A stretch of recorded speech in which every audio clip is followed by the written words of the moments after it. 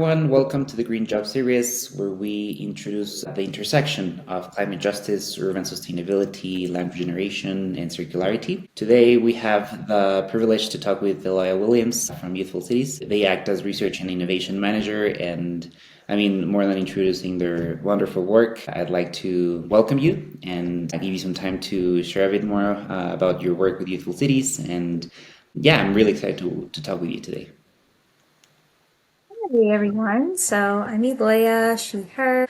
As Jose said, I'm a research and innovation manager at Youthful Cities. I'm here in Toronto, and personally, I feel very fortunate to have grown up in Toronto, particularly in Scarborough, because I got to visit the Scarborough Bluffs pretty regularly. So I got to be by water, I got to go on hikes and see wildlife and nature and be in green spaces there. So I've always had this really deep admiration and interest in the environment. So I feel very lucky in that sense. I first wanted to start by talking about Youthful Cities and what we do. So we created the 2024 Urban Work Index, and as part of this index, we assessed 30 Canadian cities on the best places for youth to live and work. So this index includes measures like affordability, public transportation, EDI, climate action, good youth jobs, and more. So I would say that for youth that are interested in climate work, I'd recommend that they look at cities that performed well on climate action, transportation, and the measure of good youth jobs. So good youth jobs, that includes positions that offer flexibility, supportive work culture, fair compensation and benefits, along with personal and professional growth opportunities.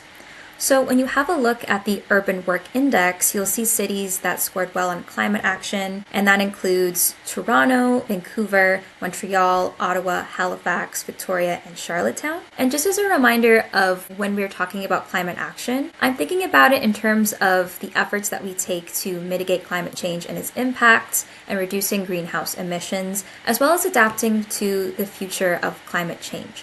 Examples of that within a city that can include more sustainable public transportation, reducing the amount of energy used in buildings, supporting more locally sourced products, and more renewable energy efforts too. So solar panel implementation could be an example of that. But yeah, overall, I would definitely recommend having a look at the climate action, the transportation, and the good youth jobs measures as part of the Urban Work Index if you want to have a look at where you might be able to find great jobs in climate work as a young person. Thank you so much for sharing all those recommendations. I think that this was the first time, at least I have seen a measure that really told the youth, okay, here are some of the attributes in these different cities across Canada that tell us how well and how fit they are for good green jobs for youth. So I think it aligns very well with other efforts that we have seen, such as the idea of a youth climate corps that is being talked about at the federal level. I was personally part of the BC Youth Climate Corps, and so I'm really happy to begin to see that beyond those clusters of efforts, there is this research ethos to continue advocating at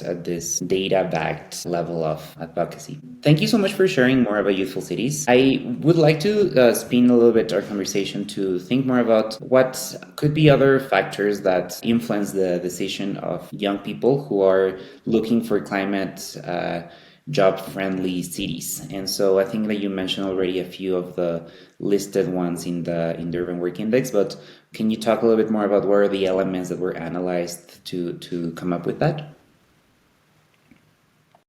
Like regarding the index measures itself. Yeah, So perhaps if not every young person is a researcher, and they're trying to align their skills and their background with the right city or the right industry, depending on where they are. Perhaps showing some of those recommendations based on the index methods and measures. well, we did survey young people in order to understand and gain the insights that are as part of the index.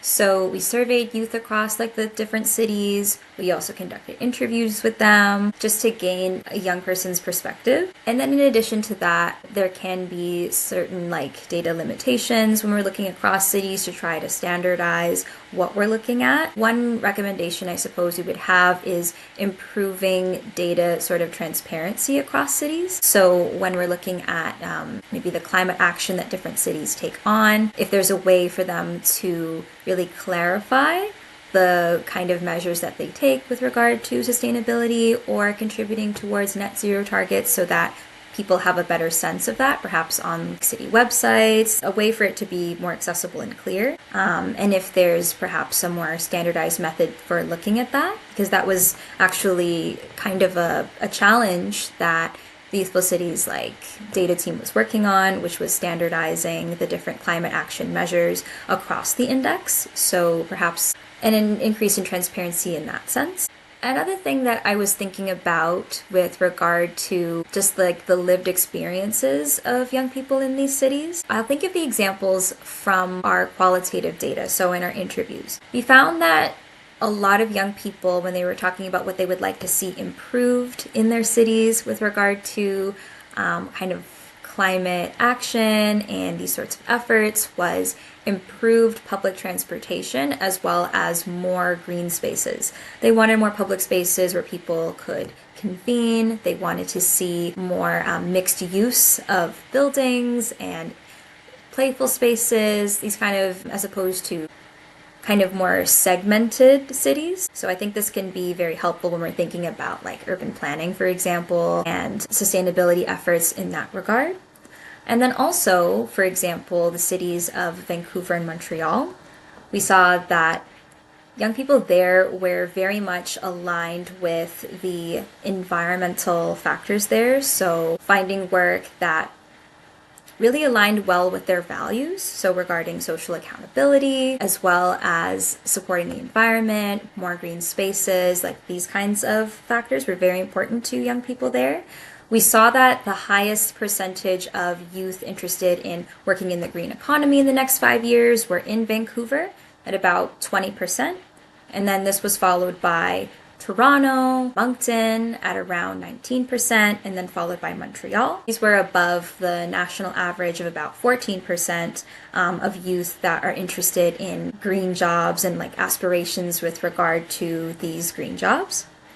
So when we're thinking about what a green job means, I'm thinking about it from the perspective of a green job is something where your responsibilities are related to conserving, preserving, and restoring the environment, right? And that can range across a lot of different sectors. But a challenge for young people might be that it's not necessarily clear how to reach a green job unless you're coming from an environmental science background or something that's more related to that sector. But it is possible to transfer the skills that you have to different industries, and you can find careers within those different industries that align with climate action and green job values. So those kind of jobs, they can range from law, from finance, from data and research, from urban planning, architecture, skilled trades as a technician in different sort of environmental construction sort of fields, tech, nonprofit sort of work.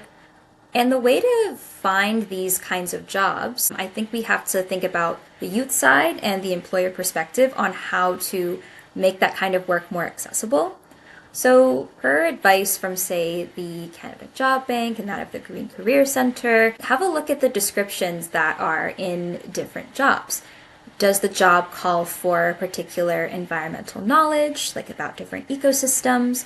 Does the job call for direct environmental benefit and positive impact in that sense? So are you going to be working in a kind of field where you're perhaps installing solar panels or you're working towards reducing energy, right? Like building energy, that kind of thing? Or is it a kind of job where you would be supporting sustainability in a particular sector, working towards like businesses, nonprofit organizations, corporations, and their sustainability goals?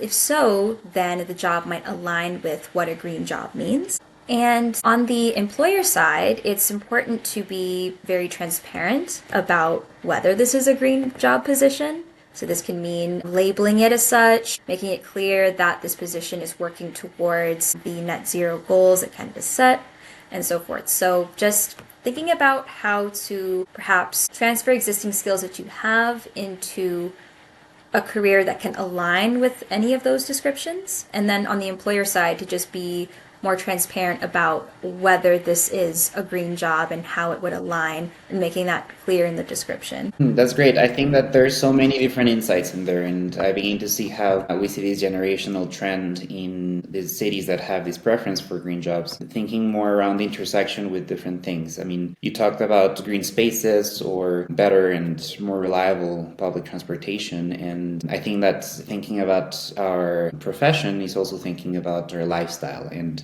around the quality of life and around the relationship we have with the spaces where we are. And I found that really inspiring because I think that our generation, talking Gen Z or perhaps millennial, are really hyper aware of how connected is our work with the land. And I think that that's one thing that I get from what you're telling me. The connection with hands-on experience is super relevant. I mean, I've seen it, and I find that sometimes confusing because, I mean, as you mentioned, as employers need to be very responsible with how they present their jobs, and they're not only virtue signaling or, I mean, we are seeing increasing greenwashing regulations all over Canada. We are seeing this better map of where are the green jobs. But then at the same time, I think that what is helpful from this index is that right now, in many conversations with sustainability professionals, we're noticing that there is a lot of changes going on in the corporate sustainability sector, in the climate mitigation programs at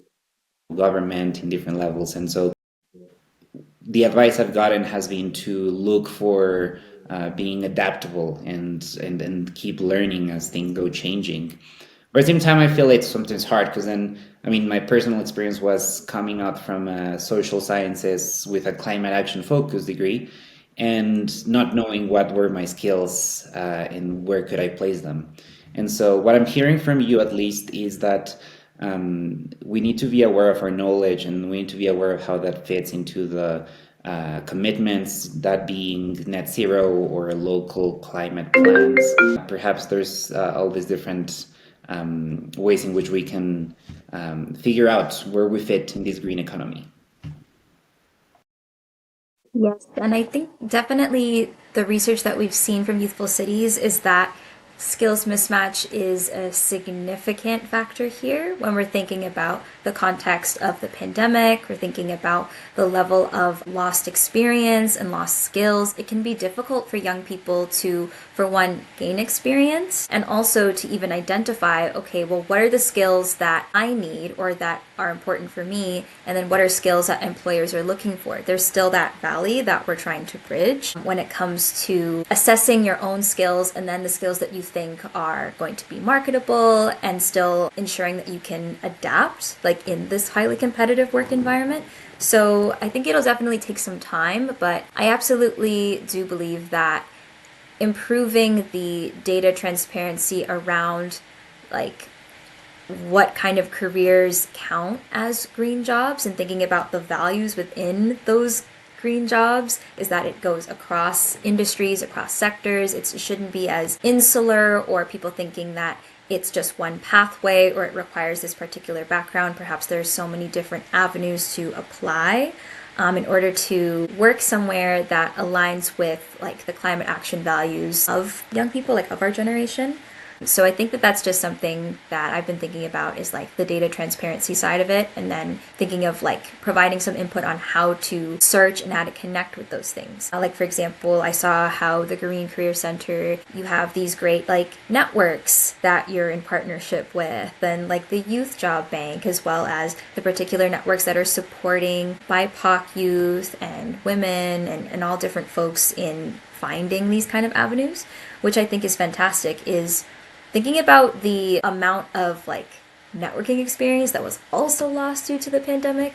I think that these kind of networking efforts are super, super helpful. And it's great when we're thinking about the job search in this more communal perspective, as opposed to just completely hyper independent, and that can feel even more isolating as we're looking for work. So I really applaud Green Career Center for really pushing ahead with efforts with regard to that as well.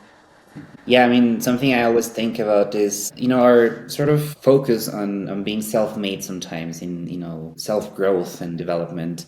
And something that I think that we have to begin to advocate for is being community-made and really relying on our networks and on the relations that we nourish and we nurture in a way that we all advance in this process of being positive impacts and in this impact first economy, in this green economy and transition that we need to see the relationship we have with ecosystems and with our systems at government and private sector be more aware and responsible, and not only through the old school way that we have done things, which has been through merit-based systems and these more individualized ways of performing our work, but as you mentioned, how do we begin to envision more equity lenses and providing more opportunities to disproportionately affected communities, or perhaps the movement that has been incorporating BIPOC at every level of policy and of strategy. So yeah, I think that's.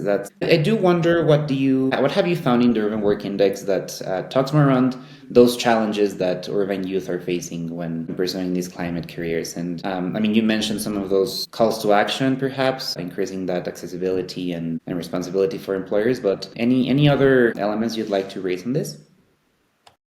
Like with what we've seen in the Urban Work Index. So I was thinking definitely an aspect that is very important for young people to have a look at is, although we've seen particular cities that do well with regard to climate change, EDI, good youth jobs, even transportation, the aspect of affordability is always the most critical piece. I think when we're looking at cities, right?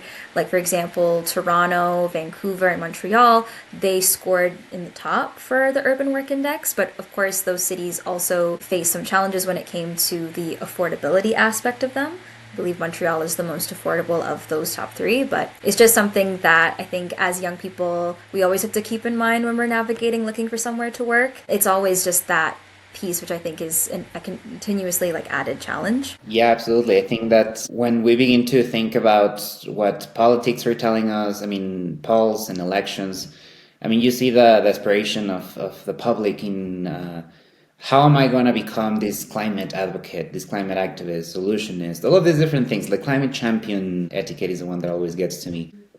Think, okay, how do we become these change makers if we're not able to have, decent livelihoods, affordable food, affordable housing, and sadly, this is what's throwing off a lot of young people into non-climate friendly policies or governments or livelihoods, jobs, because we're unable to do them. And so I think that the way that you're framing these learnings from the Urban Work Index is that we need to think about sustainability not only from the environmental and individualized level, but rather as well as how do we mobilize our politics to also fix the other structural issues that are so intersectional and that create this, very academic term, but polycrisis, right? Absolutely, yes. I always try to think about it with regard to the interplay of the systemic level and then thinking about, well, as individuals living within the system, what is it that we can do? Because, sure, when we're thinking about youth upskilling or youth job searching, it's always wrapped within the structural inequalities that we're finding within these cities, within these policies. We're thinking about the affordability crisis and the housing crisis and the kind of internalized capitalism that can come out of that, and then still striving to ensure that we're maintaining our values when it comes to the environment and social accountability, which is something that I found so interesting in our interviews with young people, is that as part of our generation, we're less likely to want to compromise when it comes to that piece, when it comes to a social accountability. We want to hold more organizations accountable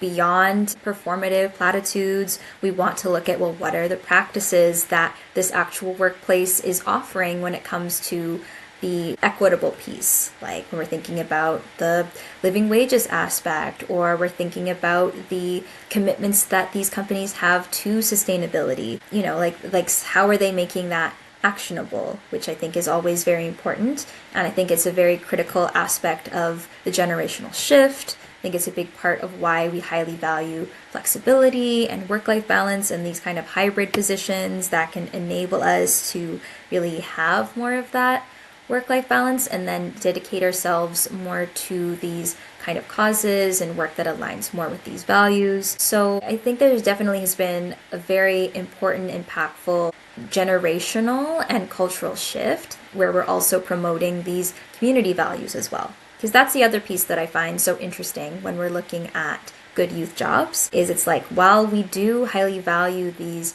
hybrid kind of positions, we are still searching and highly valuing our communities. And within these communities, we're able to convene and we're able to mobilize. We can take action, or we can just have these really important bonds and meet people that where our values like align. So those are all different factors that I think about when I consider like a thriving, youthful city.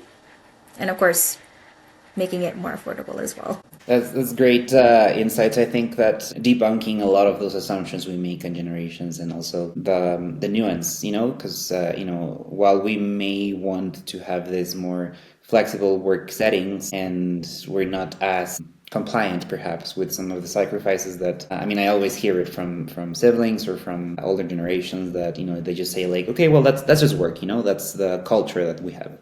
And then on the other hand, I have all my Gen Z peers where we're all like, hey, I'm not willing to do this. And so that example that you mentioned on being community focused and while also wanting the flexibility of remote work, for example. And I think that teaches a lot about the paradigm shift that we're seeing in that professional avenue. And so, I'm only curious of how long will it take to get all of these Gen Z preferences become the standard? Because, if our generation is going to become that leadership level at some point, it's going to be interesting to see how quickly it happens and what are going to be some of those barriers for sure. Have you found any advice for young generations on perhaps some things that they have to consider and that, the reality of the economy right now might not be as good? If I tell you my experience with peers in Vancouver, at least, you may tell me that it's one of the highest ranking in green jobs for youth. But at the same time, I feel like it's very competitive. Many of my friends, including myself, took months, if not over a year, to get a job. And in many of these instances, it's part-time work that we get, contract work. And, if you stack that up with the need for a permanent residence or, getting everything together so that you can have a permanent status and stable, professional career, it's overwhelming, it's confusing. And then I hear people telling me like, oh, there's tons of green jobs. But then it's completely different to my idea of what those green jobs were. And so I think that's where I begin to click the need for more of this transparency from employers. But at the same time, any more advice for youth as they navigate this? Completely agree. It was definitely something that we saw as part of our survey findings, absolutely something that we saw as part of our interviews. All of these different compounding factors that make the employment, the job search, affordability all the more difficult living within cities, particularly when you're thinking from the international student lens or youth that don't have the same kind of support system. So yeah, those are absolutely extremely challenging struggles. And when I think about that, I do tend to think more on the systemic level of, well, of course, we need to improve affordability. We need to improve affordable housing, like these kinds of factors, because when we think of, for example, youth kind of upskilling, it really can only go so far when you're thinking about the kind of matrix of affordability crisis that we're dealing with. So I guess with regard to thinking about finding work, part of it might be a matter of something I was kind of touching on before with regard to finding green jobs and improving the transparency on where green jobs are. I think knowing that it can be across all of these different sectors and industries, I believe that can be something that can also be applied to when you're thinking about work in general. I find that this could be perhaps when we're thinking about, higher education, the way that knowledge and skills are kind of siloed, I find to be a deeply systemic problem. Because typically, when we think about the kind of work that we're doing or the education that we're pursuing in our undergrad, it can be hard to consider or even have access to the different avenues where we can apply our skills, because we might not even recognize, like, oh, this skill might be viable within this particular pathway, but I don't know where else might be able to apply it.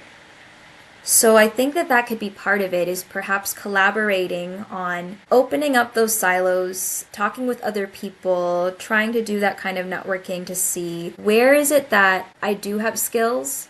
This is where I know I can apply it, where maybe some other sectors where I can have a look, other things that I can extrapolate from my own experiences, and then maybe there's a way to build a bridge in that way. Because I think I'm thinking about, even in my own experiences, the knowledge that we get has often become so specialized and can often become so insular. It can seem hard to be able to even bridge across and to consider that I can actually find an avenue here from what I already have. And then maybe that can hopefully democratize the search a little bit more. It's like having those conversations with people that might know things that you don't, and then seeing if you can expand out in that way. And then that would just be on top of, like, the deeper systemic work that has to be done with regard to easing a lot of the pressure from even, like, the job market being so competitive. That could just be what I'm thinking of now. I think this is really great advice. I love how you have both the systemic call to action and as well the down to earth, small scale individual advice. And so I think that's a perfect way to end our conversation over here. Do you have a message to share with the public where they can find the Urban Work Index, what else is happening at Youthful Cities, and if they can get involved? Absolutely. So if you are interested in the Urban Work Index, please have a look at Urban Work Index and then Youthful Cities. You'll see a link for Youthful Cities, but then there's also the Youth Data Lab. I highly, highly recommend you check out the Youth Data Lab. It is amazing. There is a beautiful heat map with all of the different scores, so you can have a look at climate action, affordability, EDI, so much more across the 30 different Canadian cities. We have a chatbot, we have a lot of great visualizations, so highly, highly recommend that you check the Urban Work Index out. We are currently continuing our work on youth employment, but we are also having a look at more affordable housing solutions for youth as well. So please stay tuned. Follow us everywhere at Youthful Cities, please. And you can have a look at our website as well as our social media channels if you'd like to get more involved. But this was such a pleasure, Jose. Thank you so much for having me. Pleasure is mine. I hope that we can keep doing this advocacy together, and thanks so much for taking the time today.